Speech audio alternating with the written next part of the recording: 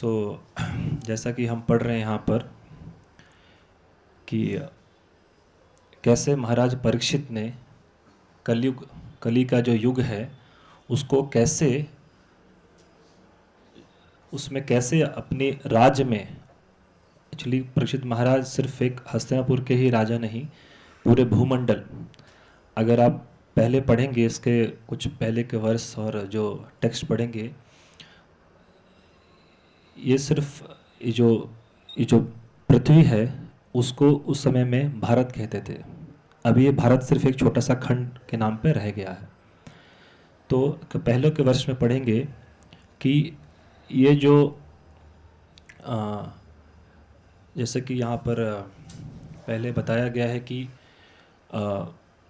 भारत जैसे कि समुद्र को 9 खंडों में बांटा गया, उसमें से एक जम्बू द्वीप हुआ, उस जम्बू द्वीप को आगे फिर से बांटा गया कई खंडों में, उसमें एक भारतवर्ष हुआ।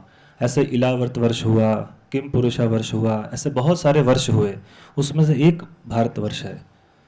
तो परीक्षित महाराज सिर्फ भारतवर्ष के ही राजा नहीं, बाकी जितने भी पूरे जम्बू द्वीप के राजा हैं वो। तो जम्बू द्वीप मतलब पूरा एक प्रकार से, जो अगर आप पढ़ेंगे जो मेरू पर्वत है उसके आसपास के जो जगह हैं उन सबको परीक्षित महाराज ने अपनी योग शक्ति से, अपनी सैन्य शक्ति से उन पर विजय हासिल किया और उनको जीता, वो उनके अधीन किया। तो यहाँ पर तो जैसे कि जैसे बोला कलयुग का आगमन हो चुका है और कैसे परीक्षित महाराज ने कलयुग को अपने राज्य, मतलब सिर्फ हस्तिनापुर नहीं, जहाँ जहाँ पर उनका राज्य है, जैसे आप पहले बोलते थे कि ब्रिटिश साम्राज्य का राज कभी सूर्यास्त नहीं होता है, और ब्रिटिश तो एक इंग्लैंड जो एक कंट्री है, क्योंकि उनका जो शासन है हर कंट्री पे है। अगर इंडिया में अगर सूर्यास्त है तो किसी दूसरे कंट्री में सूर्योदय हो रहा है। तो इसी आधार पर कहते थे कि ब्रिटिश का कभी साम्राज्य में कभी सूर्यास्त होता ही नहीं था। तो वो साम्राज्य की बात हो रही है। तो बस आपको मैंने एक छोटा सा एग्जाम्पल दिया समझने के लिए। उसी प्रकार से परीक्षित महाराज ने कलयुग का आगमन को कैसे रिसीव किया, सिर्फ ये भारतवर्ष में नहीं, जहाँ जहाँ पे उनका राज्य है, मतलब एक प्रकार से दिखा जाए तो पूरा जम्बू द्वीप में। तो यहाँ पर आप देखेंगे जो यमराज हैं, जिनको धर्मराज कहते हैं, धर्म के जो प्रतिबिंब हैं, उन्होंने एक बैल का रूप धारण किया हुआ है और धरती ने एक गाय का रूप धारण किया हुआ है। तो पहली बात समझनी है कि जो इंक्वायरी है, वो पूछ रहे हैं उनसे कि यहाँ पर वर्ड यूज हुआ है हे महोदया। संस्कृत के व्याकरण के अनुसार किसी को रिस्पेक्टफुल, सम्मान पूर्वक किसी को अगर एड्रेस करना है तो उनको करते हैं भद्रे। भद्रे भद्रे एक बहुत उपयुक्त वर्ड है जो कि संस्कृत में किसी को एड्रेस करने के लिए यूज होता है। और देखेंगे यहाँ पर लास्ट में भी धर्मराज ने गाय को अगेन एड्रेस किया है अम्बा, माता के रूप में। वैदिक काल के हिसाब से या तो किसी को आप, जैसे कि अभी हम जैसे कि कृष्णा कॉन्सेप्ट मूवमेंट में हम पढ़ते हैं कि सभी को माता जी के रूप में एड्रेस करना चाहिए। अब कोई माता जी नहीं है, कोई जो भी है, तो जनरली किसी को अगर नहीं पता है तो भद्रे एक सही वर्ड है जो संस्कृत के हिसाब से यूज़ किया जाता है। तो यहाँ पर देखेंगे क्या है, वो पूछ रहे हैं कि हे महोदया, आप स्वस्थ और प्रसन्न तो हैं? तो ये जो इंक्वायरी है एक दूसरे के प्रति, ये क्यों है? दूसरे के सुख दुख के बारे में, उसकी प्रसन्नता के बारे में, क्या हाल चाल है, डेली दैनिक क्रिया क्या है। तो जब तक ये अब कोई इसको एक्सेप्ट करे या ना करे, जब तक सोल का, आत्मा का जब तक शरीर में निवास है तभी इंक्वायरी है। कोई किसी डेड बॉडी से इंक्वायरी नहीं करता है कि आप स्वस्थ हैं, ये क्या है, वो तो चला गया। तो ये जो चेतना है पूछने की, जो प्रश्न करने की चेतना है, आप स्वस्थ हैं, प्रसन्न हैं, आपके चेहरे पर ये मलान मतलब होता है मलिन, और यहाँ पर मलान का जो प्रभुपाद ने जो ट्रांसलेशन दिया है श्याम रंग, डार्कनेस, तो क्यों कृष्णा संबोधित किया है। आपके चेहरे पर ये डार्कनेस की छवि क्यों छाई हुई है? कि आपको कोई आंतरिक रोग है या किसी दूर स्थित रिलेटिव या संबंधित से के विरह में आप जी रहे हैं? तो ये कॉमन जो प्रश्न है ये तभी लोग करते हैं जब हमारे अंदर आत्मा का और चेतना है, आत्मा की चेतना है और आत्मा का निवास है। वरना मरे हुए व्यक्ति से कौन प्रश्न करता है? और कोई व्यक्ति की देखभाल तभी करता है जब तक उसके अंदर आत्मा है। तो यहाँ पर अभी देखेंगे, इनको हम इस श्लोक को दो तरीके से समझेंगे हम। तो यहाँ पर जैसा कि प्रभुपाद जी ने लिख दिया है यहाँ पर, और इसका स्वयं श्लोक में धर्मराज जी खुद पूछ रहे हैं कि नॉर्मली हम आज के समाज में किसी से जब हम वार्तालाप करते हैं तो हम उसके हाल चाल के बारे में पूछते हैं और उसके दुखों के बारे में पूछते हैं। तो यहाँ पर जो कॉमन, जो कलयुग में लोग जो एक दूसरे से पूछते हैं उसको कुछ शब्दों में यहाँ पर श्लोक में बोल दिया गया है कि भवतिम अंतराधिम। अंतराधिम जो व्याधि है, अंतर की जो व्याधि है, हार्ट जो इंटरनल डिजीज है, क्या उससे परेशान है? यहाँ पे देखेंगे हर कोई व्यक्ति यहाँ पर किसी न किसी रोग से ग्रस्त है, चाहे शारीरिक हो या मानसिक हो। और दूसरा पूछा गया है दूर बंधुम सोचसी, क्या आप किसी दूर बंधु के बारे में सोच रहे हैं क्या हे माता? उसके बारे में सोच रहे हैं क्या? तो उसको अब ये पूछ रहे हैं क्या आपको कोई इंटरनल डिजीज है या दूर बंधु के बारे में सोच रहे हैं क्या? उनको ये सब सोचते हुए क्या इसी कारण से आपका चेहरे पर मलान छाया हुआ है, आपका चेहरा जो मुरझाया हुआ है? तो वो यहाँ पर यूज़ किया गया है। और प्रभुपाद जी यहाँ कह देते हैं यहाँ पर कि खासकर कलयुग में लोग यहाँ पर, प्रभुपाद जी ने लिखा है यहाँ पर देखिए कि यहाँ पर कोई भी फैमिली ज़्यादा देर के लिए साथ में नहीं रहता है। उसका कारण दिया है कि कलयुग में स्पेशली या तो पिता या हस्बैंड कमाने के लिए दूर देश जाएगा अपने परिवार को मेंटेन करना, या पत्नी दूर देश जाएगी, या पिता माता टुगेदर हैं तो फिर पुत्र दूर देश जाएगा कमाने के लिए। और दूसरा लिखा गया यहाँ पर कि इंटरनल डिजीज, जैसे बोला सेपरेशन, विरह अपने नियर और डियर वन से, और एंग्जाइटी अपने आप को मेंटेन करने के लिए, समाज में रहने के लिए। तो ये जो इम्पोर्टेंट फैक्टर है जो कि कलयुग में भागवतम में 5000 साल पहले ही इसको वेदव्यास जी ने लिख दिया है। तो अभी जो प्रॉब्लम आती है लाइफ में, तो लोग क्या करते हैं, कोई अगर आप देखेंगे, जैसे एक एग्जांपल देता हूँ आपको मैं, जब सेकंड वर्ल्ड वार चल रहा था, सेकंड वर्ल्ड वार सुना होगा आपने, सेकंड वर्ल्ड वार जर्मनी ने छेड़ा था।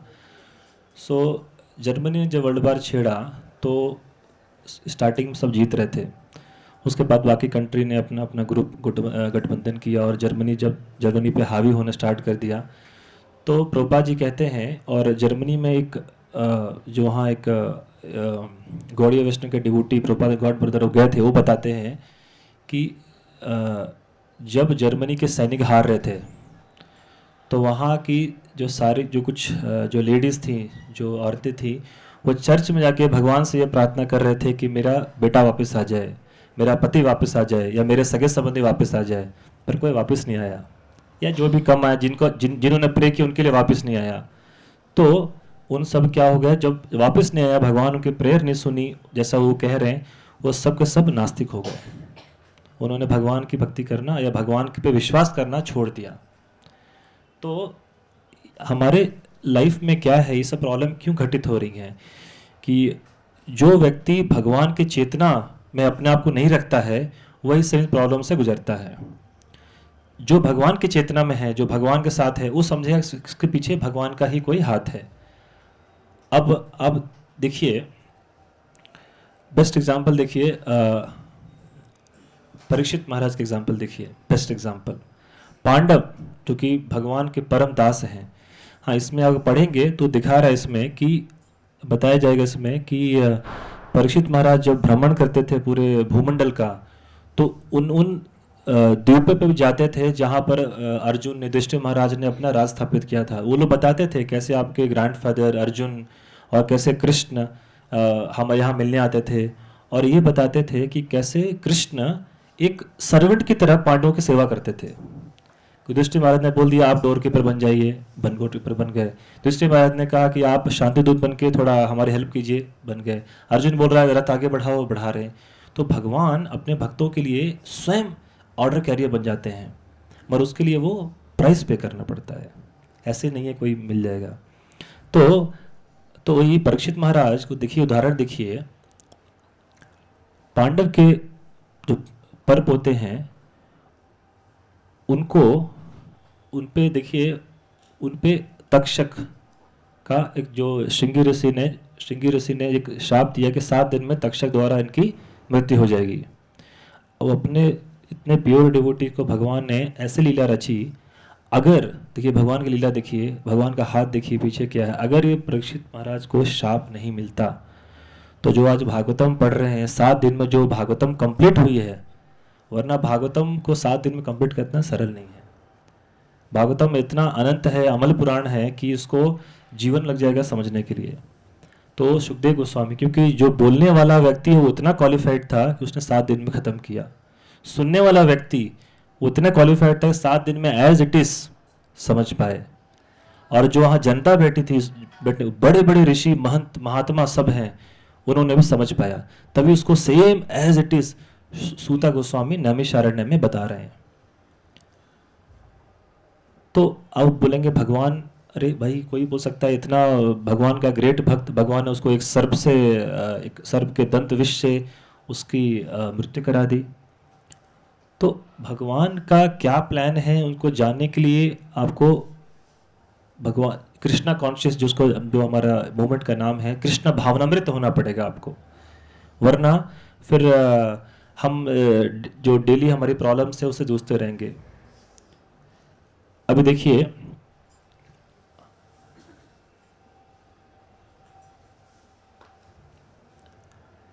जैसा कि भगवत गीता में, अभी ये नॉर्मल व्यक्ति इसको कैसे देखते हैं, और भगवत गीता में जो बताया है सेंटली पर्सन, जो साधु व्यक्ति इसको कैसे देखते हैं।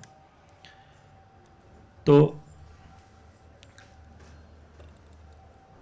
जैसे कि आप देखेंगे भगवत में श्लोका है, भगवान कहते हैं 5.20,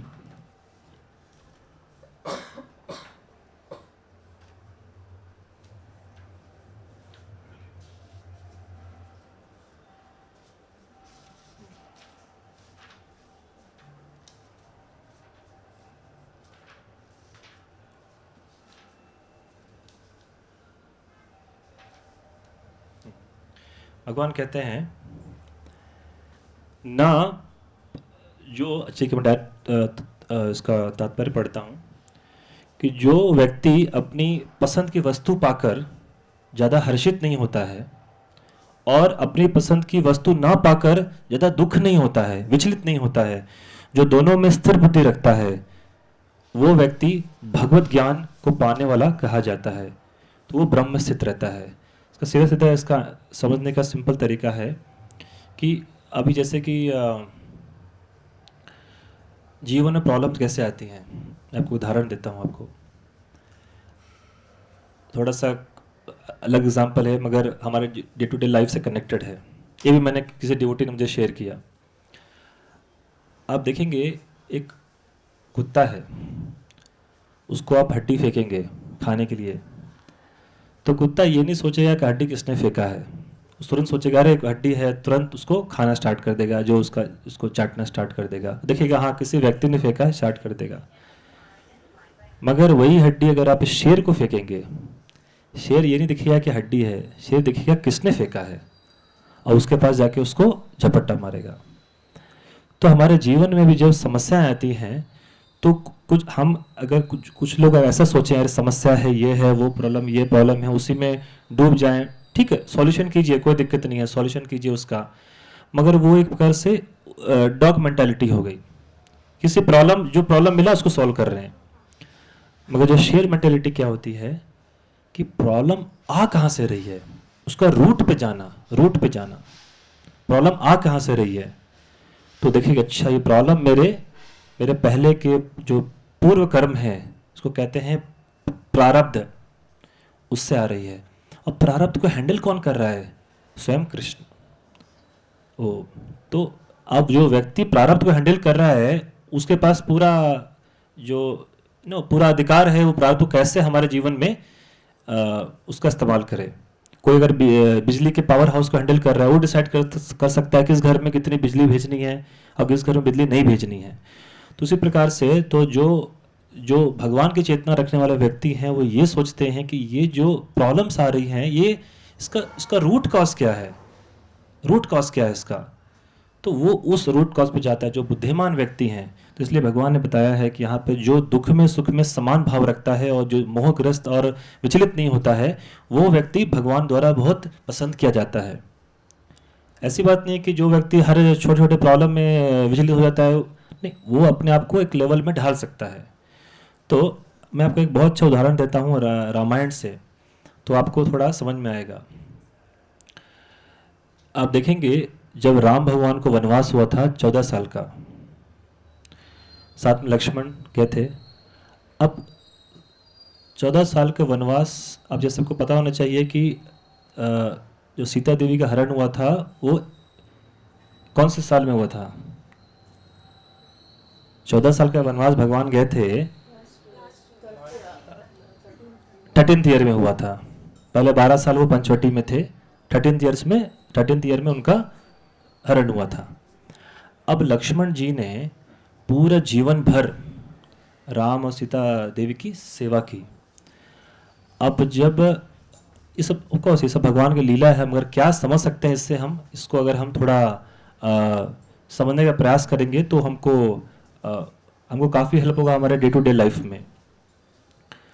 तो जब क्या बोलते हैं, रावण ने एक जब षड्यंत्र रचा, रावण ने, उसने क्या किया, एक जो डीमन था मारीच, उसको बोला तुम हिरण का रूप धर लो, स्वर्ण हिरण का रूप धर लो, और जब राम तुम पे जब बाण चलाएंगे तो राम की आवाज में लक्ष्मण को आह्वान देना। करेक्ट? तो ये हुआ। तो उसके बाद जब वो चिल्ला रहे लक्ष्मण लक्ष्मण, तो फिर सीता देवी ने कहा जो अपने भैया की रक्षा करो। तो उसमें लक्ष्मण बोलता है कि राम स्वयं पर्सनैलिटी ऑफ गॉड हेड है, उनको क्या हार्म हो सकता है, स्वयं भगवान है वो।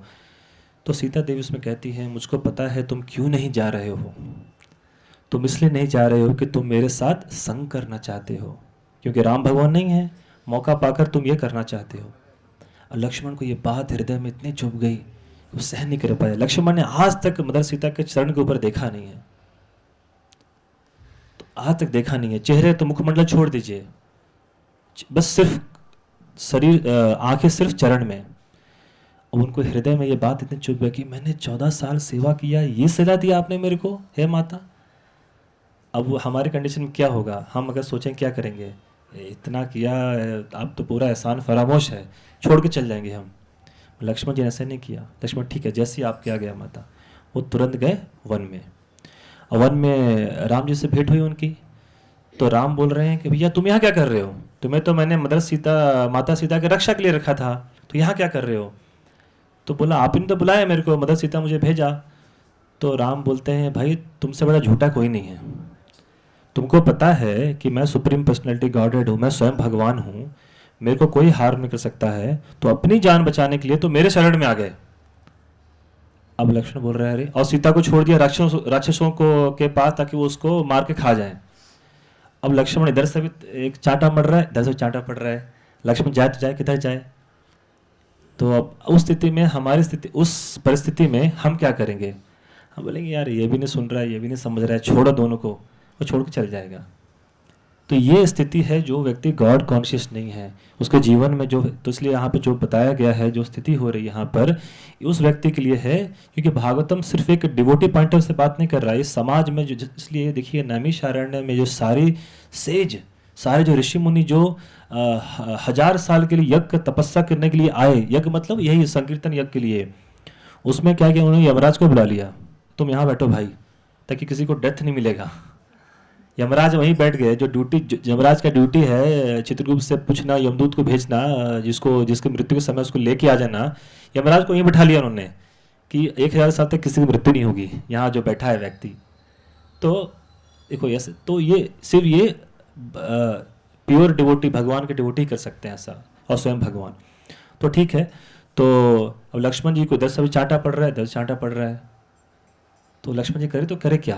फिर भी उन्होंने नहीं भैया, मैंने जो भी है उन्होंने अपने इसमें जो लिखा है यहाँ पर जो लिखा है कि जो अपनी पसंद की वस्तु पाकर भी हर्षित नहीं होगा, और अपनी अप्रिय वस्तु जो पसंद की वस्तु नहीं है उसको, जो जो पसंद की वस्तु ना पाकर भी जो दुखी नहीं होगा, समान भाव रखेगा। पसंद की वस्तु लक्ष्मण ने क्या हो गई कि हाँ भैया मेरे जो भाई राम है और सीता है वो मुझसे मेरे सेवा से प्रसन्न रहे हैं, तो ना वो प्रसन्न है और ना वो दुखी दिखा रहे हैं वो, तो उसमें लक्ष्मण का क्या भाव रहना चाहिए। जब राम भगवान जब आगे बढ़ रहे हैं जंगल में, तो सीता देवी ने अपना चूड़ामणि गिराया, तो राम पूछ रहे हैं ये तुम पहचानते हो, वो भी मना कर दिया। वो बोल रहा क्या यार तुम मेरे साथ आए हो, ये सब कुछ पहचानते नहीं हो। तो वो पढ़ा, ये एक सिनारियो हो गया। दूसरा सिनारियो देखिए, जब राम भगवान का समय आ गया कि उनको अपने लीला को समापन करना है, तो यमराज ने एक साधु का वेश धारण किया और राम जी से मिलने आए, और वहाँ पर बोला कि मैं आपसे वार्तालाप करूंगा, राम जी से कुछ पर्सनल वार्तालाप करना है, मगर कंडीशन है कोई व्यक्ति अगर बीच में आ गया, टोक दिया, तो आपको उसको मृत्युदंड देना ही देना होगा। तो राम भगवान एग्री कर लिया, ठीक है। तो जो यमराज थे, जो साधु का वेश धारण करके आए थे राम जी से, उनके एकांत में उनसे बातचीत कर रहे थे। उसी समय द्वार पर एज यूजुअल दुर्वासा मुनि आ गए। दुर्वासा मुनि को जैसे आपने पढ़ा है कि वो शॉर्ट टेम्पर ऋषि हैं, थोड़ी चीज़ के लिए भी वो श्राप दे देते हैं, तो उनसे अगर बहुत अच्छे से बात करना पड़ता है। तो दुर्वासा मुनि आ गए, तो दुर्वासा मुनि ने बोला मेरे को श्री राम से मिलना है। तो उन्होंने कहा कि नहीं, श्री राम तो अभी मीटिंग में है, कोई जा नहीं सकता है। तो दुर्वासा मुनि ने कंडीशन रख दिया। क्या रख दिया? अगर तुम मुझे राम से मिलने नहीं दोगे तो मैं पूरी अयोध्या नगरी को भस्म कर दूंगा, अपने जो उनके पास जो पुण्य है उससे पूरा अपनी शक्ति से भस्म कर दूंगा। अब वहाँ पर लक्ष्मण फिर से वहाँ पर दो, कि अगर मैं जाऊं तो मेरे को मृत्युदंड मिल जाएगा, अगर मैं नहीं जाऊं तो फिर अयोध्या नगरी भस्म हो जाएगी, इसमें हम क्या करेंगे? अरे नगरी भस्म हो, मैं जीवन अपना बचाता हूँ, नॉर्मली व्यक्ति ये सोचेगा, जो स्वार्थी व्यक्ति है। लक्ष्मण जी ने ऐसा नहीं किया, उनका ठीक है कि अयोध्या नगरी भस्म नहीं होनी है, मेरे प्राण जाए, क्योंकि क्यों उन्हें वचन दिया कि मैं जाऊंगा। इसलिए कहते हैं ना कि ये जो लिखते हैं कि रघुकुल रीति सत चली आई, प्राण जाए पर वचन न जाए। तो ये डिवोटिस का वचन है। तो उन्होंने ठीक है, तो उन्होंने बीच में टोक दिया, और फिर उनको जैसा कि हुआ कि अब राम भगवान को मृत्युदंड तो दे नहीं सकते हैं भैया, उनके भाई उनका ठीक है तुम अयोध्या छोड़ के चले जाओ। बाद में पास टाइम है कि वो भी सरयू नदी में अपने आप को समा लिया। तो ये जो कंडीशन है, अब इसमें जब दो स्थिति में फंस जाते हैं, उसमें क्या करना चाहिए व्यक्ति को। तो इसलिए यहाँ पर जैसा कि बताया कि उसमें व्यक्ति को, इसलिए जो व्यक्ति अगर भगवान के सानिध्य में है, भगवान के शेल्टर में है, ऐसी स्थिति कितनी भी आएंगी, वो व्यक्ति यही समझेगा कि इसमें भगवान का कुछ हाथ है। वरना अगर हम भगवान गॉड कॉन्शियस नहीं हैं तो हम यही सोचते रहेंगे कि ये हमारे साथ जीवन ऐसा क्यों हो रहा है, घटित क्यों हो रहा है। जैसे कि जो डॉग है सिर्फ हड्डी में ही खुश है, वो ये आगे देखना नहीं चाहता है कि ये हड्डी फेंका किसने, ये प्रॉब्लम में लाइफ में आई कहाँ से, तो वो उस लेवल पे जाना चाहता नहीं है। इसलिए हमारे जीवन में काफ़ी समस्याओं का हम समाधान करते हैं, मगर हम ये नहीं देखते कि इसका रूट कॉज क्या है। तो अभी आप देखेंगे दूसरा, जैसे कि प्रभुपाद जी कह रहे हैं यहाँ पर कि यहाँ पर लोग, जैसे कि यहाँ पर कलयुग का, प्रभुपाद ने लास्ट में समरी दिया है यहाँ पर, कलयुग का विशेष लक्षण यह है कि कोई भी परिवार एक साथ रहने का सौभाग्य नहीं प्राप्त कर पाता है। जीविका अपने जो कमाने के लिए कोई पिता या पत्नी या पुत्र घर से दूर रहता है। दूसरा, पहला पारिवारिक सौभाग्य नहीं है, दूसरा पति पत्नी दूर रहते हैं, और तीसरा आंतरिक रोग से ग्रस्त है, और चौथा बोलते हैं जो अपने सगे संबंधियों से विरह में है। तो लोग सदैव इसमें चिंता में रहते हैं। तो और चिंता क्या करेगा, चिंता आपको चिंता इतनी सताएगी आपको कि आप फ्रस्ट्रेट हो जाएंगे, ये हो जाएंगे किसी कारण से। सो बहुत पहले अमेरिका में, अमेरिका वालों ने क्या किया कि लोगों के फ्रस्ट्रेशन को कैसे निकाला जाए। लोग इतने, आप देखेंगे कि जो व्यक्ति गॉड कॉन्शियस नहीं है, कॉन्शियसनेस नहीं है, कृष्ण भावनामृत नहीं है, वो काफ़ी फ्रस्ट्रेशन में रहेगा। वो सोचे कि मेरा जीवन बढ़िया चल रहा है, मगर कोई अपना फ्रस्ट्रेशन बताना चाहता नहीं है। एक हाउस बनाया, एक एक नया मॉडल स्टार्ट किया, उसका नाम रखा है रेज हाउस। रेज हाउस का मतलब होता है जहाँ पे अपने गुस्से को आप निकाल सकते हैं। तो उन्होंने क्या किया, उस हाउस के अंदर एंट्री टिकट था जो भी है, उसके अंदर क्या किया उन्होंने, एक बहुत सारे ग्लास, जो ग्लास होते हैं और कुछ जो चीज़ें जो आसानी से ब्रेक की जा सकती हैं, उन सबको रखा। और जो व्यक्ति को भड़ास निकालना है, अपने जीवन में जो परेशान है उसको निकालना है, तो उन्होंने क्या किया कि जो एंट्री टिकट है उसको एक हेलमेट पहनाया और जो भी प्रोटेक्शन देना दिया, एक हॉकी स्टिक दिया। अंदर जाके जितना तोड़ फोड़ करना करो। जो व्यक्ति को जो गुस्सा आता है ना, तोड़ मारने का मन करता है ना, कि ये है वो कर दूंगा, अपने गुस्से में अपना मोबाइल पटक देता है। आप देखेंगे कभी कभार कोई अगर कंप्यूटर पर काम कर रहा नहीं हो रहा, कंप्यूटर फेंक देगा, देखा होगा आपने सब चीज़ें। तो उसमें उन्होंने उसको ऐसे दिया। ऐसे काफ़ी संख्या बढ़ती गई अमेरिका में कि रेज हाउस बहुत फेमस हो गया। तो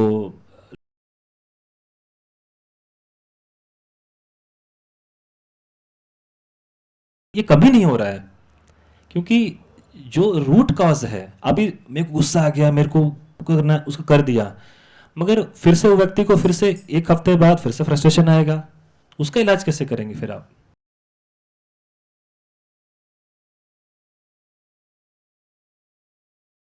कितने बड़े बड़े जो वृक्ष हैं जो कई सालों से टिके हुए हैं, 1000 साल से, क्यों? उनके जो जमीन में उनके जो रूट हैं, उनके जो जड़ें हैं, काफ़ी जमीन को अच्छे से जकड़े हुए हैं।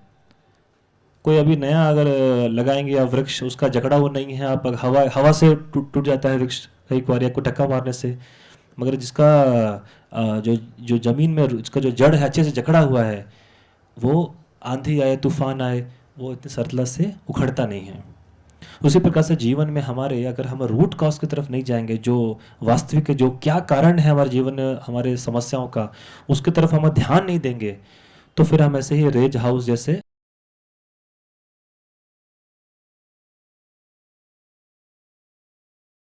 कहते हैं, आजकल फेमस है, क्योंकि मैं आज का एग्जांपल दे रहा हूँ तो समझिए। बोलते हैं दुख भुलाने के लिए, गम भुलाने के लिए दारू पियेंगे, शराब का नशा करेंगे, उससे कुछ नहीं होता है, उससे उल्टा ही नुकसान हो रहा है। दारू पी के किसका भला हुआ है? तो ऐसा ही, तो कोई स्मोकिंग करेगा, ये करेगा, तो इस सब चीज़ से कोई भला नहीं है। तो हमको जानना है कि वास्तविक कारण क्या है। तो आप देखेंगे, तो अभी देखेंगे समाज में हॉस्पिटल्स की संख्या इतनी बढ़ रही है, इतनी बढ़ रही है। पहले ज़माने में हॉस्पिटल हुआ करते थे, लोग विजिट करते थे चिकित्सक के पास, और आजकल हर हॉस्पिटल में लोग भरे हुए हैं। कभी पहले हॉस्पिटल बनते थे कि हाँ, किसी को अगर बड़ी, जैसे कि किसी को सर्जरी करना है, वो सब है। आजकल तो हॉस्पिटल ऐसे हॉस्पिटल बने हैं जिसमें मानसिक आघात को ठीक करने के लिए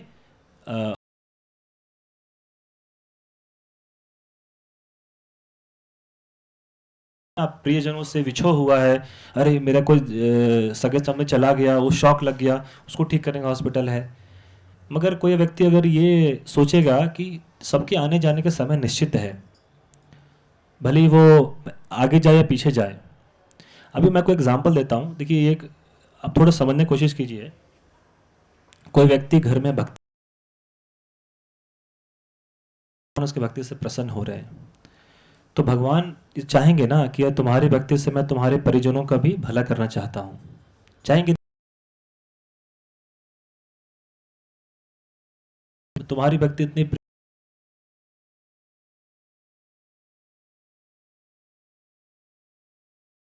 तो मैं तुम्हारे परिवार का भला करना चाहता हूँ।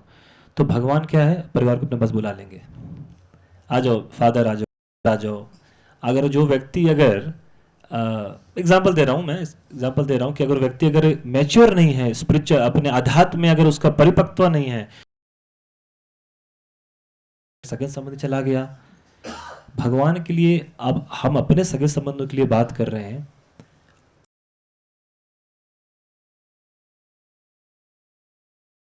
जो परम पिता है वो तो सोचेंगे ना, सारा जो संसार है मेरा मेरी संतान है। हम अपने इतने संतानों के बारे में सोचते हैं, उससे कई अधिक भगवान सोचते हैं।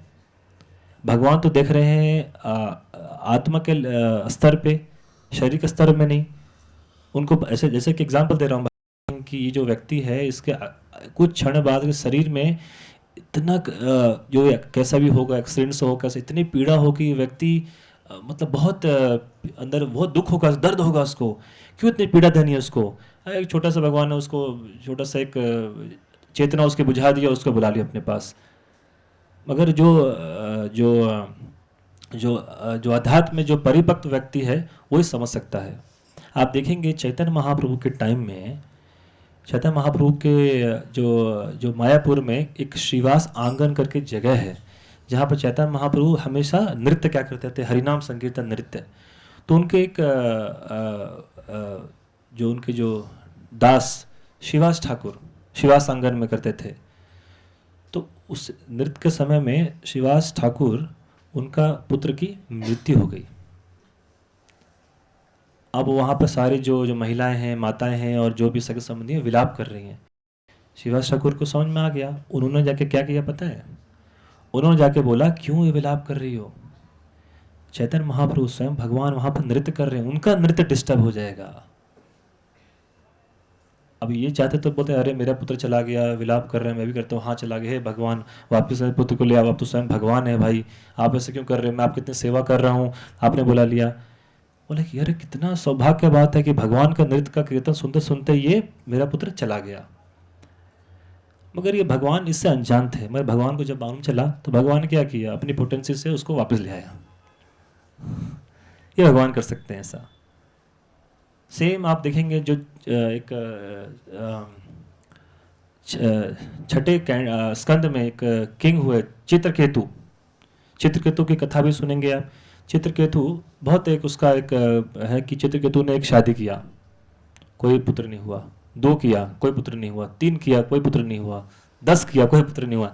ऐसे करते करते उन्होंने 1 लाख शादी की, 1 लाख पत्नियों से विवाह किया, स्त्री से विवाह किया, फिर भी पुत्र नहीं हुआ। ऐसे करते करते कितनी पत्नी विवाह किया। अब पुत्र, किसी के घर में अगर पुत्र नहीं है तो बहुत ही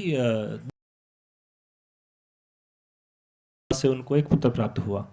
अब एक पत्नी से अगर पुत्र प्राप्त हुआ, जो बाकी जो उसकी जो कहने के मतलब उस पुत्र के लिए जो सौतेली माँ हो गई, तो उन्होंने देखा अरे यार मेरे को पुत्र नहीं है, तो सभी ने क्या किया, उसको जहर डाल के उसकी हत्या कर दी। अब वो फिर से विलाप करना स्टार्ट कर दिया चित्रकेतु महाराज। तो नारद मुनि ने फिर वहाँ प्रकट हुए, उन्होंने उस सोल को बुलाया वहाँ पर, और सोल जब वापस आया तो कौन बाप, कौन माता, कौन पिता, वो भगवत ज्ञान वहाँ पर दे रहा है। तो जो सोल है वास्तव में, जो आत्मा है, वो भगवान के अंश है। यहाँ पर शारीरिक संबंध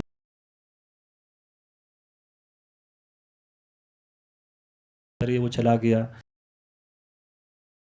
हॉस्पिटल्स खुल रहे, संख्या दिन ब दिन बढ़ रही है, दिन ब दिन बढ़ रही है। आधे लोग तो यहाँ से इसलिए जीवन में इसी से परेशान हैं। आप देखेंगे जैसे कि यहाँ पर प्रभुपाद जी कह रहे हैं यहाँ पर कि कलयुग में किसी के मन की बात उसके उसके फेस से पढ़ी जा सकती है।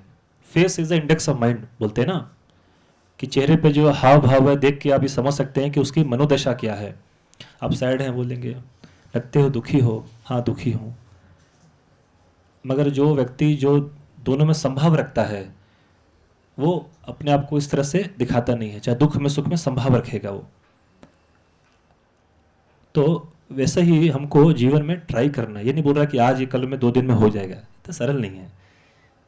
जीवन जीवांतर से हम कितने जन्मों से जन्मांतर से हम कितना किस किस परिस्थिति में कितने जन्मों में गुजर के आए हैं, एक झटके में ऐसे पाना इतना सरल नहीं है। मगर सरल भी है।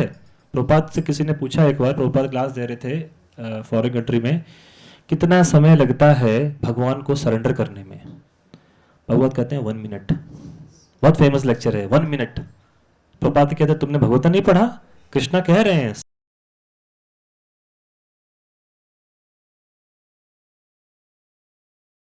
में। अब क्या है, प्रॉब्लम क्या है कि कृष्णा बोल रहे हैं सर्वधर्मान परित्यज्य। क्या क्या धर्म की बात कर रहे हैं भगवान, क्या क्या धर्म की बात कर रहे हैं। अब देखिए, इससे मैं एक चीज कनेक्ट करता हूं। अभी जैसे कि आज के युग में व्यक्ति को इंद्रिय तृप्ति भी करना है और साथ में हेल्दी भी रहना है। दोनों संभव नहीं है ना। दोनों दो नाव में एक साथ दोनों पैर रख के नहीं चल सकते आप, एक नाव में आना पड़ेगा आपको। तो इसलिए आप देखेंगे कि आज का जो मार्केट में, देखिए मैं किसी पे कोई आलोचना नहीं कर रहा हूँ, मगर एक एक एग्जांपल दे रहा हूँ मैं। दो प्रकार की मेडिसिन जो कि बहुत प्रचलित है, एक है फार्मास्यूटिकल इंग्लिश मेडिसिन, एक है आयुर्वेदिक मेडिसिन, करेक्ट। अब इंग्लिश मेडिसिन क्या है, फास्ट एंड रिलीफ है। अभी लखिया, अभी सर्दी खांसी है, लिया तुरंत रिलीफ हो गया, मगर वो जड़ पे नहीं जा रहा है, वो इमीडिएट रिलीफ दे रहा है। आयुर्वेदिक मेडिसिन क्या है, धीरे धीरे काम करेगा, धीरे धीरे काम करेगा, धीरे धीरे काम करेगा, ठीक है।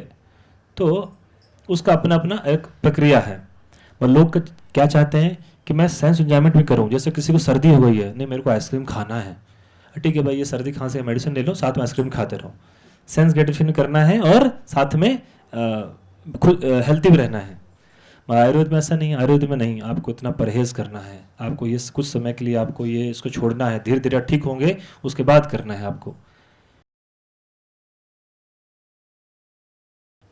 इसलिए देखिए, भगवान हमसे बहुत पहले से सोचे हुए हैं।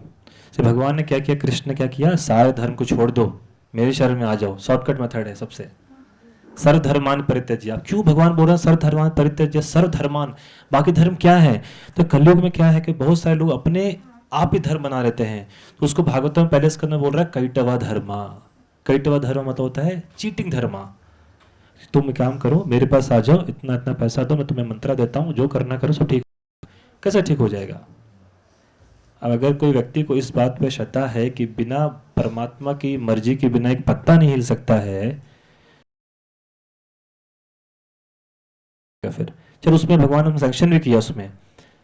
तो जो नॉर्मल व्यक्ति है, जो भगवान के कृष्ण भावामृत में नहीं है, जो भगवान कृष्ण भावामृत मतलब नहीं है कि सिर्फ स्कॉन टेम्पल में ही, मतलब जो गॉड कॉन्शियस नहीं है, जो भगवान के प्रति कृतज्ञ नहीं है, ग्रेटिट्यूड नहीं रखता है जीवन में। अगर कोई परेशानी आ रही है, हे भगवान जरूर उसमें आपका कोई हाथ होगा, इसको बोलते हैं गॉड कॉन्शियसनेस, कृष्ण भावनामृत।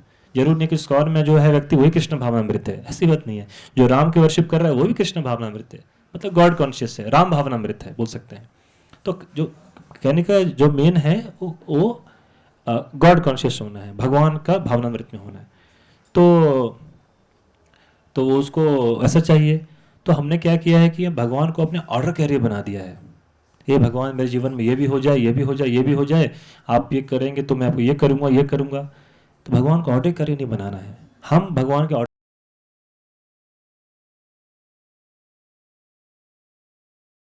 जो कभी जीत नहीं सकते हैं, मगर जो प्योर डिवोटी होते हैं भगवान को जीत लेते हैं।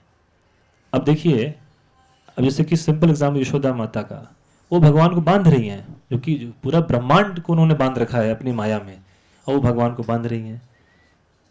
अब बलि महाराज, बलि महाराज जो पाताल में उनको जो बोला कि वहां राज करो, भगवान स्वयं के डोर पे डोर कीपर बन गए, द्वारपाल बन गए। भगवान जो कि भगवान के लिए जो वैकुंठ में 7 द्वार हैं, उसमें सातों द्वार में एक एक द्वारपाल है। भगवान किसी के द्वारपाल बने हुए हैं।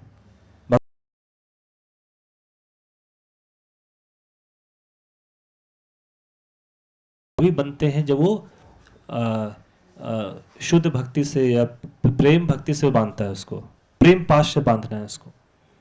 तो भगवान ने कहा सर्वधर्मान परित्यज्य मामेकम शरणम व्रजा। सर्वधर्मान जो कि जैसे कि अब धर्म, जैसे कि कोई बोलेगा कि आप ये करो, आप यहाँ जाके ये चढ़ावा करो, ये चढ़ावा करो, ये हो जाएगा, वो हो जाएगा, कुछ हो नहीं रहा, मैं ये कर रहा हूँ, वो कर रहा हूँ, कुछ हो नहीं रहा है। सेम चीज में भगवान ने अर्जुन को भगवान ने कई योग के बारे में बताया, कर्म योग, ध्यान योग, ज्ञान योग, हठ योग, अष्टांग योग। क्या क्या आदमी फॉलो करे, क्या क्या करे आदमी। कोई बोलता कोई एक तरीका नहीं है जिसको फॉलो करें सबको ठीक हो जाए, कोई एक तरीका नहीं है। कहते हैं ना कि कोई एक चीज बताओ जिससे, तो भगवान ने शॉर्टकट दिया कि सब छोड़ के मेरे पास आ जाओ, क्योंकि बाकी धर्म सब चीटिंग चीटिंग होगा, चीटिंग होगा, जो अपने मन से लोग फॉलो करेंगे, मेरे शरण में आ जाओ। तो अब उसी को सर्वधर्मान परित्यज्य को कैसे आगे करना, चैतन्य महाप्रभु ने उसको करके दिखाया, उसको डिमॉन्स्ट्रेट किया, उसको करके दिखाया वास्तविक में होता क्या है। जैसे कि हम स्कूल वगैरह में हम पढ़ते थे कि अगर हम ये मिलाएंगे तो ये केमिकल मिलाएंगे तो ये कलर आ जाएगा, वो थ्योरी है। लैब में जाके वो करके दिखा रहे हैं आपको, अच्छा इसमें इतना ml मिलाएंगे तो इतना ड्रॉप मिलाएंगे तो हो जाएगा। तो चैतन्य महाप्रभु उसको करके दिखाया, शॉर्टकट मेथड। चैतन्य महाप्रभु ने कुछ नहीं बोलना कि ना आपको अष्टांग योग करना है, ना आपको ब्रेथ को कंट्रोल करना है, कुछ नहीं, सिर्फ हरिनाम का जप करना है। कलयुग में यही शॉर्टकट है। अब आपको बस भगवान ने ऑप्शन दिया है कि आप 80 माले की बिल्डिंग है, या आप सीढ़ी चढ़ के आओ या लिफ्ट से आओ। कोई बोलेगा नहीं नहीं भगवान के लिए तपस्या करना है, कष्ट करना है। भगवान बोल रहे हैं मेरे को तपस्या नहीं चाहिए भाई तुम्हारी, तुम सिर्फ हरिनाम जप करो, लिफ्ट पढ़ के मेरे पास आ जाओ, वो तपस्या नहीं चाहिए मेरे को तुम्हारी, कि जब तक तुम मेरे पास आओगे थक जाओगे, या बीच में तुम दम तोड़ दोगे, छोड़ दोगे, हौसला छोड़ दोगे, नहीं हो पाएगा। तो उसको शॉर्टकट को चैतन्य महाप्रभु ने इतना सरल ढंग समझाया, उसको प्रभुपाद ने और शॉर्टकट कर दिया, सिर्फ 16 माला जप करना है। चैतन्य महाप्रभु बोलते थे कीर्तन सदा हरि, हमेशा चैंट करते रहो। तो प्रभुपाद ने कीर्तन सदा हरि का अर्थ हो गया हर समय कृष्ण के बारे में चिंतन करते रहना, क्योंकि हर समय कीर्तन करोगे आप, भगवान का नाम का श्रवण और जप करोगे तो मन में कृष्णा का चेतना चलता रहेगा। प्रभुपाद जी ने उसको और सिंपल कर दिया। कैसे सिंपल किया कि जैसे 16 राउंड जब किया, 16 राउंड खत्म हो गया, बाकी घंटे क्या करना है, ऐसा कर्म कीजिए, ऐसी एक्टिविटीज कीजिए जिसमें भगवान केंद्रित हो। आप खाना बना रहे हैं, जैसे कि बहुत बार हम प्रभुपाद जी कहते हैं ये सोच के बनाइए कि खाना जो भी बना रहे हैं भगवान को अर्पण करके खाइए, तो प्रसाद हो गया तो हो गया। फिर कीर्तन कर रहे हैं तो भगवान का नाम का श्रवण कीजिए, कुछ सुनने का मन कर रहा है भगवान कीर्तन सुन लीजिए। तो ऐसे अपने एक्टिविटियों को इस तरह से बांधिए। प्रभुपाद जी एक जगह कहते हैं, आई थिंक छठे में,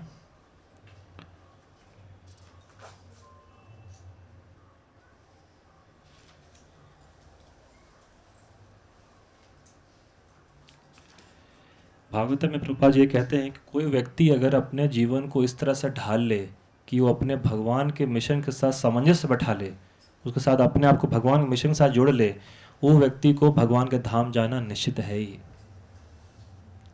भगवान धाम निश्चित जाना है ही। तो अभी देखेंगे कि जैसे कि बोला कि हर इस करंट कलयुग में सभी को शॉर्टकट मेथड चाहिए, तो शॉर्टकट मेथड है जैसे कि प्रभुपाद जी दिया, हरिनाम जप करना है। 16 राउंड में कितना टाइम लगता है, 2 घंटे टाइम लगेगा बस। तो उसी प्रकार से, और सबको खाने का, सबको खाना पसंद है, जिह्वा का आनंद लेना सबको पसंद है। तो प्रभुपाद जी ने सिर्फ ये नहीं भैया कि हाँ दाल रोटी चावल, डिफरेंट वेराइटीज ऑफ व्यंजन बनाए हैं, विभिन्न प्रकार के व्यंजन का प्रभुपाद जी ने लिस्ट दे दिया है। किसी घूमने सैर सपाटे के बहुत शौक है तो इतने सारे जगह हैं घूमने के लिए, सिर्फ भगवान के वृंदावन मायापुर धाम नहीं। प्रभुपाद ने अब जैसे कि किसी को बोलता है ना थोड़ा पैसा है, थोड़ा मेरे को फ्लाइट घूमना है, फॉरेन ट्रिप घूमना है, तो प्रभुपाद जी फॉरेन जाके आ गए। जहाँ जहाँ प्रभुपाद जिस टाइम इतने सारे स्कॉन मंदिर बन गए, प्रभुपाद ने जहाँ जहाँ पर फॉरेन कंट्री में अपने अपने भक्ति का प्रचार प्रसार किया, वहाँ घूम के आ जाइए। जिसको पास अगर है घूमने की उतनी इच्छा है कि भारत थोड़ा सा लिमिटेड है, थोड़ा बाहर जाना है, तो वो भी वहाँ पर है। तो अब जिसको भारत के बाहर जाना है तो वो 100 लेवल पे जा सकता है, तो उसको शरीर का त्याग करना है, आत्मा से ही बाहर जाना है, तो मतलब वैकुंठ में प्रवेश करना है। तो उसके लिए तो फिर आपको थोड़ी तपस्या करनी पड़ेगी, ज़्यादा कड़ी तपस्या नहीं है। देखिए प्रभुपाद जी यही चाहते हैं, और कृष्णा प्रभुपाद जी हम सब कृष्णा को यही कोट करते हैं। कृष्णा का एक्चुअली वास्तविक जो उद्देश्य है क्या है, किसी प्रकार से जीव मेरे सर्विस में, मेरी सेवा में लगा रहे। प्रभुपाद जी कहते हैं पहले तुम ये फाइंड करो कि कौन सी सेवा तुमसे आसानी से हो सकती है, थोड़ा कॉन्फिडेंस आता है, कॉन्फिडेंस। अब जैसे देखेंगे आप, सिंपल देखिए, साधारण सा एग्जांपल है, जब हम कोई एग्जाम देते हैं पहले हम ढूंढते हैं कौन सा सरल सवाल है, थोड़ा जल्दी सवाल 1-1 मार्क्स का 2-2 मार्क्स का कर लूँ मैं, थोड़ा कॉन्फिडेंस आ गया, कुछ किया है मैंने, पासिंग मार्क्स बना लिया, चलो भाई 100 में से 35 पासिंग मार्क्स है, 35 का हो गया, पास हो गया मैं। अब दूसरे कठिन वाले प्रश्न को करेंगे हम, तो वो होता है तो वैसा ही प्रभुपाद जी कहते हैं, प्रभुपाद जी लेक्चर है, प्रभुपाद जी कहते हैं कि पहले वो फाइंड करो कि जो सर्विस तुमसे आसानी से हो सके। 16 माला जप करने के बाद कोई बोलता है मुझे बुक डिस्ट्रीब्यूशन करना पसंद है, कीजिए। मुझे खिचड़ी देना पसंद है, क्या उसमें कोई बड़ा एजुकेशन चाहिए क्या? कुछ नहीं है, बस एक एक स्पून से निकाल के दूसरे दूसरे दोना में देना है बस। तो उसके बाद धीरे धीरे धीरे फिर भगवान अंदर से आपको गाइड करें कि आप अपने आप की चेतना, जो आपका एजुकेशन है, जो आपके पास टैलेंट है, या किसी से गाइडेंस लीजिए कि प्रभु मेरे को ये आता है, गाइडेंस है, मैं कैसे भगवान की सेवा में अपने को लगा सकता हूँ मैं, तो वो लगा सकते हैं। तो वो इतना सरल है, प्रभुपाद जी ने दे दिया है। तो कृष्णा ये चाहते हैं कि कैसे अपना जो 24 घंटा है, अब जो जो हम 6 घंटे नींद लेते हैं, वो भी ये सोच के लेना चाहिए कि कल को मैं भगवान की सेवा के लिए अपने शरीर को मैं आराम दे रहा हूँ। ये नहीं कि भैया आप अच्छे सोएंगे 1-2 घंटा अच्छे से आफ्टरनून में। स्लीप को इम्पॉर्टेंट है, उसके लिए स्लीप को इंजॉय नहीं करना है आपको। इंजॉय करें मतलब अपने लिए सोच रहे हैं ना, फिर अरे भैया अभी कितना हो गया, 4 बजे जाना है, अभी 1 बज रहा है, सोते हैं 3:30 बजे तक आराम से, 4 बजे जाना है ना। तो ऐसा नहीं। हाँ, 2 घंटा बहुत, कल रात को सोया नहीं हूँ मैं, जो भी मेरा नींद टूट गया है,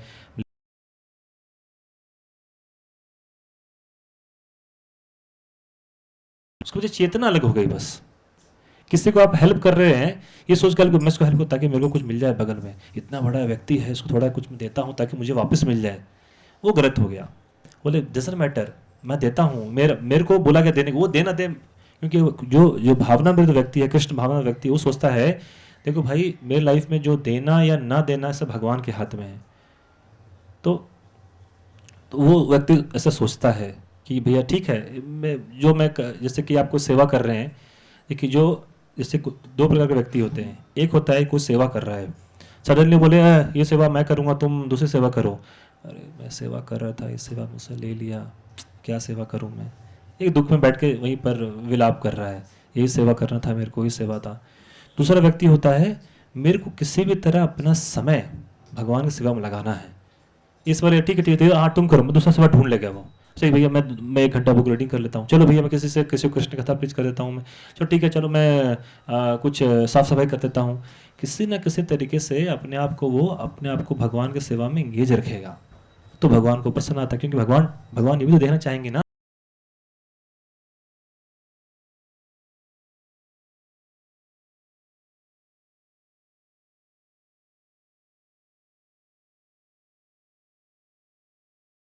तो बात अलग है कि उसके पीछे कारण अलग है कि आप ये सेवा कर रहे हैं कि हाँ इसमें भगवान आपके बीच में आनंद हो रहा है। मगर उसके पीछे अगर आपका निजी कारण है, ये सेवा कर रहा हूँ उसमें ज़्यादा चलना फिरना नहीं है, आराम से बैठना है, खाली बैठ के सेवा करना है अच्छे से, कुछ ज़्यादा प्रॉब्लम नहीं है, आराम से खाओ पियो एंजॉय कर जाओ, तो वो आपकी आसक्ति हो गई, उसमें वो मटेरियल आसक्ति बहुत हो गई। तो उसमें भगवान चाहेंगे ना, चलो उसका आसक्ति निकालता हूँ मैं। अब जब आसक्ति निकलती है थोड़ा दुख तो होगा ना। आसक्ति तो प्रेम से निकलेगी नहीं। प्रेम से निकलने के लिए भगवान कह रहे हैं कि तुम अपने आप को मैच्योर बनाओ, भक्तों संग करो, थोड़ा समझो, थोड़े एक लेवल ऊपर जाओ। मगर भगवान निकालेंगे तो थोड़ा दुख तो होगा। कहीं कोई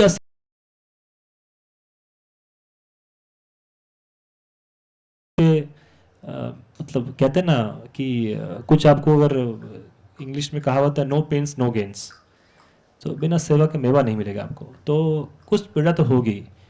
सो तो वैसे ही जीवन में, सो तो वही यहाँ पर जैसे कि प्रभुपाद जी ने बताया कि इसमें जो प्रभुपाद जी ने समराइज किया है यहाँ पर कि कलयुग में कि हर कोई व्यक्ति चिंताग्रस्त है। अब क्योंकि कलयुग में चिंताग्रस्त है, कलयुग में ज़्यादा चिंताग्रस्त है। ऐसी बात नहीं कि नॉर्मल युग में चिंताग्रस्त नहीं है। अब नॉर्मल युग में एक व्यक्ति को चिंता अगर है तो सोचेगा अच्छा चिंता क्यों है, क्या कारण चिंता का कारण है, उसका पीछे कारण सोचेगा, अच्छा क्यों हुआ, ठीक है नहीं समझ में आया, भगवान के भरोसे छोड़ दिया। और आजकल हर चीज़ में चिंता है। आप देखेंगे एक ज़माने में एक ऐसी हो गई थी, कोई व्यक्ति एग्ज़ाम दे रहा है, जो बड़े बड़े इंडिया में जो बड़े एजुकेशनल एग्ज़ाम होते थे, आईआईटी या कोई एग्ज़ाम, 12th में एग्ज़ाम फेल हो गया, सुसाइड कर लिया। अरे एग्जाम में फेल हो गया, सुसाइड कर लिया, लाइफ जीवन खत्म हो गया क्या? वो लोगों के लिए भारी भरकम बना दिया कि मैं लोग मेरे को बुलाएंगे, तुम एग्जाम क्लियर नहीं कर पाए। कोई तो इस प्रकार से तो किसी को घर का प्रॉब्लम है, किसी को माइंड का प्रॉब्लम है, किसी को फैमिली प्रॉब्लम है, तो इसका कोई अंत नहीं है। क्योंकि जो प्रकृति के 3 गुण है ना, सतोगुण, रजोगुण और तमोगुण, ये हम पे बार बार हम पे एक्ट करते रहते हैं। कभी आपका मन की स्थिति कभी लो है तो कभी बहुत अच्छा है, तो कभी मीडियम है, तो उसको समान भाव में रखना है, प्रैक्टिस करना है। सर मेडिटेशन क्या होता है? मेडिटेशन मतलब जो मेडिटेशन को हिंदी में क्या बोलते हैं? ध्यान। सॉरी, ध्यान। ध्यान ध्यान का मतलब क्या होता है?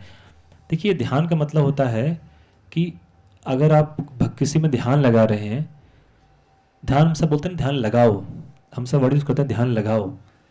तो ध्यान लगाओ मतलब आप जब किसी को ध्यान लगा रहे हैं तो वो चीज़ भागेगी, फिर से उसको वापस लेके आना है, उसको बोलते हैं ध्यान।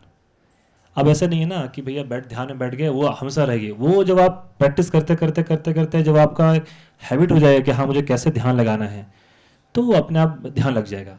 तो जब मेडिटेशन का ये अर्थ नहीं होता है कि कृष्ण के बारे में सोचा सडनली, आप देखेंगे जपा करते करते माइंड कहाँ चल जाता है। जैसे कि एग्जांपल है, मुझे पता, किसी डिवोटी बता रहा था मेरे को कि भगवत गीता में यहाँ पे अर्जुन और कृष्ण का फोटो है, ठीक है, देख कैसा माइंड डिस्टर्ब होता है। अरे अर्जुन, मेरा फ्रेंड अर्जुन था, अर्जुन ये करता था ये करता था ये करता था, अच्छा हाँ अरे उसने ये क्लास में ये किया था, उसने क्लास में ये किया था, ऐसे करते करते कहाँ माइंड चला गया। भगवता पढ़ने के बैठे थे और माइंड चला गया कहीं और पे। तो माइंड डिस्टर्ब ऐसे ही होता है, तो उसको वापस लाना है माइंड को, तो उसको बोलते हैं ध्यान लगाना, मेडिटेशन करना। इतना सरल नहीं है जो आप क्या सोचते हैं, क्योंकि हम हर व्यक्ति की सक्सेस स्टोरी सुनते हैं, अरे वो सक्सेसफुल हो गया सक्सेसफुल हो गया, मगर वो सक्सेसफुल होते समय उसने कितने सारे जो जो प्रॉब्लम्स झेली है उस लाइफ में वो नहीं जानते हम। इसलिए हम उसको आगे का फ्रंट स्टोरी देखते हैं, जो बैकग्राउंड में चल रहा नहीं देखते हम। सुबह हमने खिड़की खोला 6 बजे सूर्य सामने दिख गया, पर पीछे जो चल रहा है सूर्य धीरे धीरे धीरे धीरे पृथ्वी में धुरे पे घूम रही है और सूर्य जो उदय हो रहा है वो हम देखते नहीं हैं। समझ रहे बात को आप? तो उसी प्रकार से कि जो आ, आ,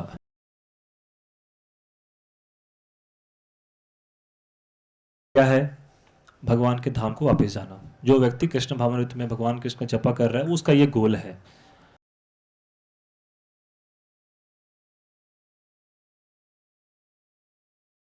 आएंगी, आप इसी परेशानी में आप लेकर डूब जाएंगे, तो फिर वो गोल की प्राप्ति कैसी होगी? गोल की प्राप्ति कैसी होगी फिर? किसी ने एक इंग्लिश में अगर स्टेटमेंट है, अगर आपका गोल आपके रातों की नींद नहीं उड़ा रहा है, इसका मतलब आपका गोल बहुत छोटा है। समझ रहे बात को? If your goal is not disturbing your sleep means goal is small. आपको रातों की नींद नहीं उड़ा रहा है, अगर भगवान के धाम जाना है तो मतलब कल, अच्छा कल सुबह उठना है, मंगलाती अटेंड करना है, या घर में है या मंदिर में कहीं भी, ठीक है ये करना है, करना प्लानिंग है कि हाँ भगवान सेवा करनी है, तो ऐसे आप अपने आप को प्रिपेयर रखना है। हाँ उठेंगे 3 बजे, देखेंगे अलार्म बजेगा तो उठेंगे आराम से, 4 बजे जाना है, ठीक है ये बगल में ही है चल के आ जाएंगे। तो वो प्रिपरेशन नहीं है उसमें। आज माइंड बोलेगा सो जाओ, कल रात को तुम ठीक जपा में जाएंगे, जपा टाइम में जाएंगे, जपा टाइम में एटलीस्ट जपा हो जाएगा, अच्छा सा हो जाएगा।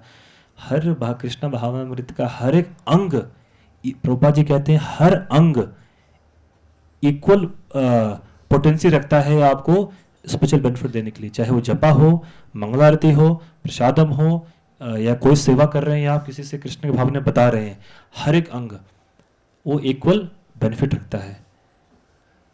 अब कोई जैसे कि मंदिर में देखेंगे आप विभिन्न प्रकार के भक्त हैं, कोई किचन सर्विस कर रहा है, तो कोई पुजारी सर्विस कर रहा है, कोई प्रचार प्रसार कर रहा है, कोई पुस्तक वितरण कर रहा है।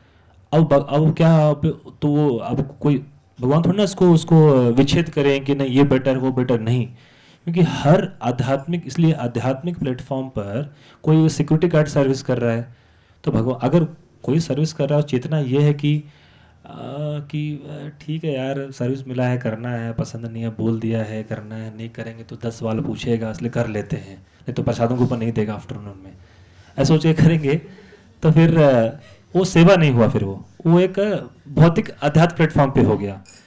मैं सोचे डजंट मैटर मैं सेवा कर रहा हूँ, हाँ ऑफ कोर्स अपने जीवन में करना, हाँ भाई प्रभु जी प्रसादम दीजिए मेरे को थोड़ा खाना है, वो अलग बात है। मगर वो सोचे करें कि हाँ भाई करना है, नहीं भगवान की सेवा है मिली है, पूरे कितने जन्मों से मैं नहीं की है, जो जितना समय वाला उतना दिल लगा कीजिए, मन लगा कीजिए, तो फिर आपको अलग आप देखेंगे, आपका नेचर अलग चेंज हो जाएगा फिर आपका। तो आप भगवान से प्रेम करेंगे और भगवान तो हमसे प्रेम करते ही हैं, ये नहीं सोचना चाहिए हमको कि अरे मैं इतना गिरा हुआ हूँ, मेरे से सेंस कंट्रोल नहीं हो रहा है, भगवान क्या मेरी कृपा मुझ पर कृपा बरसाएंगे क्या, क्या भगवान ने मेरे पर कृपा दिखाना छोड़ दिया है क्या। ये सब जो प्रकृति के 3 गुण हैं, तमोगुण या रजोगुण, इन सब का प्रभाव है। आप समझिए, माइंड को बाइसेक्ट कीजिए, वहाँ पर माइंड को 2 भागों में बांटिए। देखिए नहीं, कैसे हो सकता है, भगवान ये जो कह रहे हैं कि भैया मैं तो चाहता हूँ कि तो मेरे आप अगर सोचेंगे, भगवान स्वयं आए, कृष्ण स्वयं चैतन्य महाप्रभु आए, स्वयं अपने भक्तों को भेज रहे हैं, तो भगवान को पता नहीं कि कोई आदमी कितना गिरा हुआ है, उसको उबारने के लिए तो आए हैं। तो ऐसे क्यों आए हैं, कली काले कृष्ण नाम रूप अवतारा, कली में भगवान नाम से आ गया। ठीक है भैया, पर्सनल नहीं हूँ तो मेरे नाम जप कर लो, मैं आज मैं यहीं पर हूँ, उपस्थित हूँ तुम्हारे लिए। तो ये बस हमको इसलिए कहते हैं ना कि अगर आप पॉजिटिव सोचोगे तो पॉजिटिव चीज़ होंगी लाइफ में, नेगेटिव सोचोगे तो नेगेटिव चीज़ होंगी लाइफ में। तो हमेशा अगर दुखी उदास रहोगे तो आप देखेंगे कोई दुखी उदास लोगों से कोई अट्रैक्ट नहीं होता है, सब बोलते हैं हमसे दुखी आत्मा है, हमसे दुखी रहता है। प्रसन्न आत्मा है, उसको देख के दूसरा व्यक्ति प्रसन्न होता है, अरे यार ये प्रसन्न है, क्या भाई तो प्रसन्नता का राज क्या है बताओ हमको।